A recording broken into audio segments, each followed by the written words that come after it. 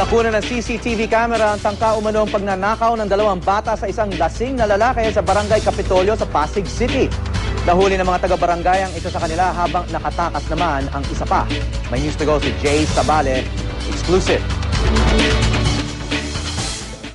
Sa kuha ng CCTV, mukhang napasarap ang pag-upo ng lalaking ito sa gutter ng isang gasolinahan sa intersection ng Shaw Boulevard at Pioneer, Barangay Kapitolyo, Pasig City, 1:30 ng madaling araw.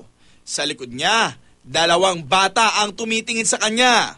Maya-maya lang, binato ang lalaki. Nang di umalma, binato ulit ito na tila tinetesting kasi kung magigising o papalag ito. Kaso, napansin ng batang nakaasul na t-shirt na nakatutok ang kamera sa kanila, kaya tumakbo sila ng kasama niya at nagtago sa di kalayuan. Matapos ang ilang minuto, bumalik ang 2 minor de edad at kinapkapan ang nakahiga ng lalaki. Yun nga lang, nakita na namang nakatutok ang kamera sa kanila, kaya kumaripas na naman ang takbo patakas. Sabi niya kasi, may lasing tapos kuhaan daw namin pera sa cellphone. Sabi ko, wag na, mamaya.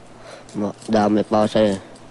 Sinundan ko siya, tapos ngupo kami ron po sa may poste. Binato niya. Tapos tinulak niya para makahiga po. Tapos kinapapan niya. Nakatakbo na ang mga bata habang ang lalaki tulog na tulog pa rin. Nilapitan ng lalaki ng mga taga-barangay para gisingin ito. Lang di magising, hinilamusan ito ng tubig para magkamalay. Kasi kinalapit namin, ayaw magising. So kumuha kami ng tubig para ito lamusan. So sa unang paglilamos namin, ayaw magising sa sobrang kalasingan. Nagising siya sa pang-4 na pangilamos. 3:00 ng umaga, muling namataan ang mga bata sa lugar, kaya agad itong hinabol at hinuli ng mga barangay. Umabot po ito hanggang crossing. Gumamit na po kami ng isang sasakyan na isang van na hindi nakalagay security kasi pagka nakalagay na security o mobile ay agad na tagtatakbuhan at baka masagasaan. Inabutan ng isa sa mga bata habang nakatakas naman ang isa pa. Nakatakdang i-turn over sa DSWD ang batang nahuli. Jay Sabale, GMA News.